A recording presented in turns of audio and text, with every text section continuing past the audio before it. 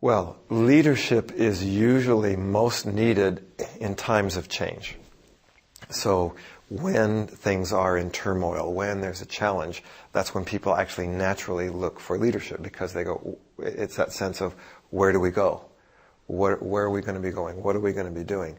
So especially when there are problems or there are changes in the present, people are wondering what's going to be happening in the future.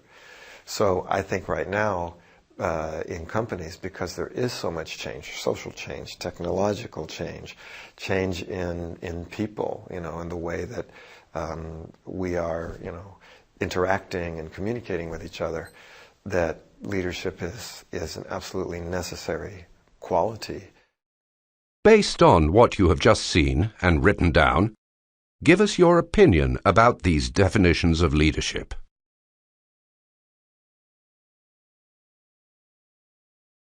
This is what we think.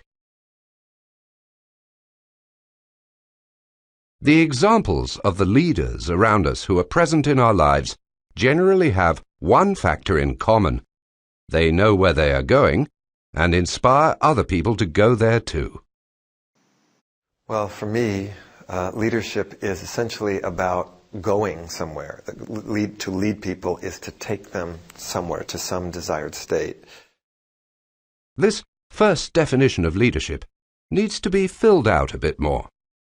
What are the leadership issues in a company, and why should we try to develop leadership? What does leadership bring to management? What are the main attributes of a leader? This is what we're going to look at in this training session. Why do companies put so much effort into developing the leadership of their teams and managers? What can we see in today's economy? Internet use has transformed the economy by introducing e-commerce, a global market, and instant communications. As a result, certain changes that would once have taken place over several years now happen over several months. This means we must constantly adapt and develop a culture of learning. The constant fluctuations in the economy create additional challenges. In particular, the demand for companies to achieve more with fewer resources. Company structures are becoming more complex. We are witnessing a decompartmentalization of departments and services, a broad range of skills in each project, and matrix-oriented company structures. In addition, companies are relying increasingly on strategic alliances and outsourcing to carry out key aspects of their business. This new context means that we have to know how to work in a win-win mode. The speed of these economic, technical, and social changes places new demands on organizations and individuals alike. To stay in the race, we have to adapt to change quickly, to innovate, to manage resources more efficiently, and to stay one step ahead of our competitors. Every company is aware of these new issues, but what happens in practice in our daily working life?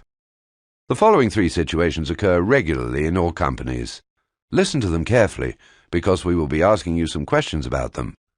In the first scenario, Diana, the manager of a team of 15 people, has introduced a new system for her team, which involves the use of bug tracking software. This is how she expressed herself in a team meeting to present the new system. You're going to be so happy. The department is entering the 21st century. You know how our clients are always sending us reports about bugs in our products and that you process those reports as they come in. Well, I've decided to invest in some bug tracking software so that we can at least keep track of all the bugs reported by our clients.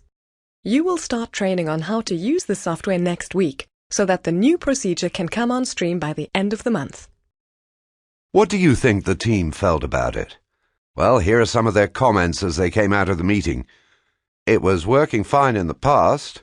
I don't see the point of this new software. Not another administrative headache. It's not the bugs they want to track, it's us. Even after the training was completed, Diana noticed that not a single member of her team was actually using it.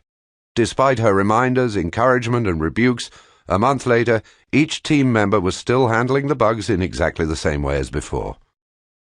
In your opinion, what could account for the team's negative reaction to the new system?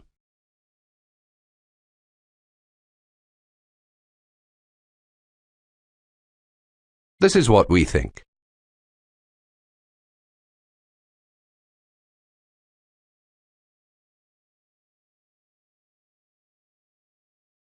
Here is the second scenario. Tom is part of a team of client consultants in an insurance company. At the last meeting, Benjamin, the team manager, told the team that he planned to bring in an external consultant to develop an IT tool which would be able to run cost simulation models. Tom then, hesitatingly, offered to carry out this work himself. His colleagues reacted negatively and said they were scared about getting landed with some homemade tool which would not work for all possible scenarios. Although Tom did not answer these concerns at the time, he remains convinced that he is much better equipped to anticipate the various scenarios than an external consultant. Although not an IT specialist, he knows enough about Excel to develop a tool which is perfectly suited for the operation.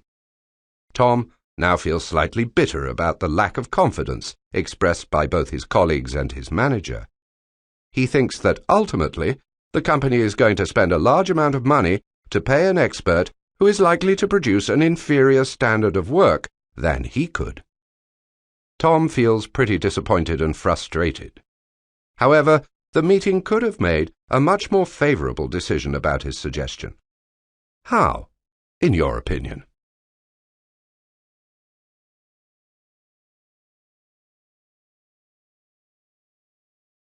This is what we think.